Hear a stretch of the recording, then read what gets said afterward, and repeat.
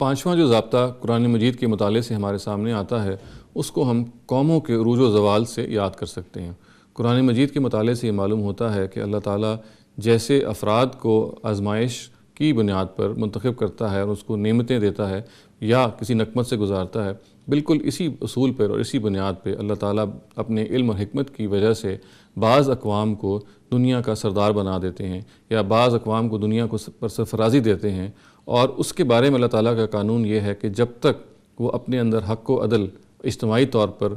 نافذ رکھیں تو وہ اسی عروج کی حالت میں رہتے ہیں۔ تاہم جب ان کے اندر حق و عدل کے معاملے میں روگردانی یا انحراف کا معاملہ پیدا ہو جائے تو پھر اللہ تعالیٰ لازماً اس کو زوال سے دوچار کرتے ہیں۔ چھٹا ضابطہ جو قرآن مجید کے مطالعے سے ہمارے سامنے آتا ہے، اس کا تعلق دنیاوی جزا و سزا سے ہے۔ یہ تو ہمیں معلوم ہے کہ آخرت میں اللہ تعالیٰ ہم سب کو ایک جزا و سزا سے گزاریں گے اور ہمارے لیے جنت یا جہنم جگہیں ٹھہریں گی جہاں ہمیں اپنی پکی زندگی گزارنی ہے۔ مگر اس کے ساتھ ساتھ قرآن مجید ہی کے مطالعے سے یہ معلوم ہوتا ہے کہ اللہ تعالیٰ اس جزا و سزا کو اس دنیا میں بھی وہ بعض صورتوں میں جاری فرماتے ہیں اور اس دنیا ہی میں بعض دفعہ جزا اور سزا کی صورتیں سامنے آتی ہیں۔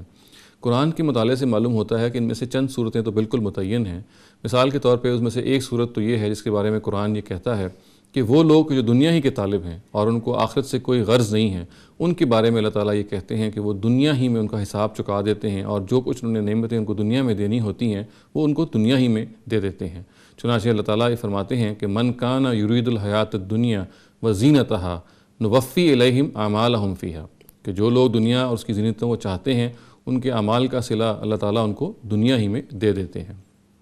اس کی جو دوسری شکل ہمارے سامنے آتی ہے وہ ہے جو رسولوں کی آمد کے موقع پہ ہم دنیا میں دیکھتے رہے ہیں اور جس کو اللہ تعالیٰ اپنے دنیاوی جزا و سزا کے قانون سے جگہ جگہ قرآن میں بیان کرتا رہا ہے، جس کے تحت ایک رسول کے جو پیروکار ہیں وہ ہمیشہ دنیا میں کامیاب ہو کے ٹھہرتے ہیں اور سرخرو ہوتے ہیں، اور اس کے جو انکار کرنے والے ہیں وہ ہمیشہ ناکام رہتے ہیں اور ان کو ہمیشہ ہیومیلیٹ کر دیا جاتا ہے، ان کو پامال کیا جاتا ہے، ان کو ذلت اور رسوائی کے عذاب دوچار ہونا پڑتا ہے۔ اور تیسری شکل اور صورت جو ہماری سامنے آتی ہے اس قانون کی، وہ اس کا تعلق حضرت ابراہیم کی اولاد سے ہے۔ ہمیں معلوم ہے کہ حضرت ابراہیم کی اولاد کی جو دو بڑی شاخیں ہیں جو بنی اسرائیل اور بنی اسماعیل کے نام سے موسوم ہیں، ان کے بارے میں اللہ تعالیٰ کا قانون یہ ہے کہ اگر یہ اپنے حق اور عدل کے نظام کو اجتماعی طور پہ غالب رکھیں گی تو یہ پوری دنیا کی جتنی بھی اقوام ہیں ان سب کی سرداری کی اہل ٹھہریں گی، اور اگر یہ حق و عدل کے معاملے میں روگردانی کریں گی، اس سے انحراف کریں گی، تو اللہ تعالیٰ دنیا ہی میں ان کو باقی سب قوموں کا محکوم بنا کے رکھے گا۔ تو مختصراً ہم یہ کہہ سکتے ہیں کہ اللہ تعالیٰ کے ان قوانین اور ان سنت کے مطالعے سے انسان کے اندر اللہ تعالیٰ کا ایک بہتر تصور قائم ہوتا ہے، اور ایک ایسا تصور جس کے بارے میں وہ یہ جانتا ہے کہ اللہ تعالیٰ جب اپنے بندوں سے معاملہ کرتے ہیں، ان کے ساتھ جو مختلف مسائل پیش آتے ہیں، ان کی نوعیت کیا ہے۔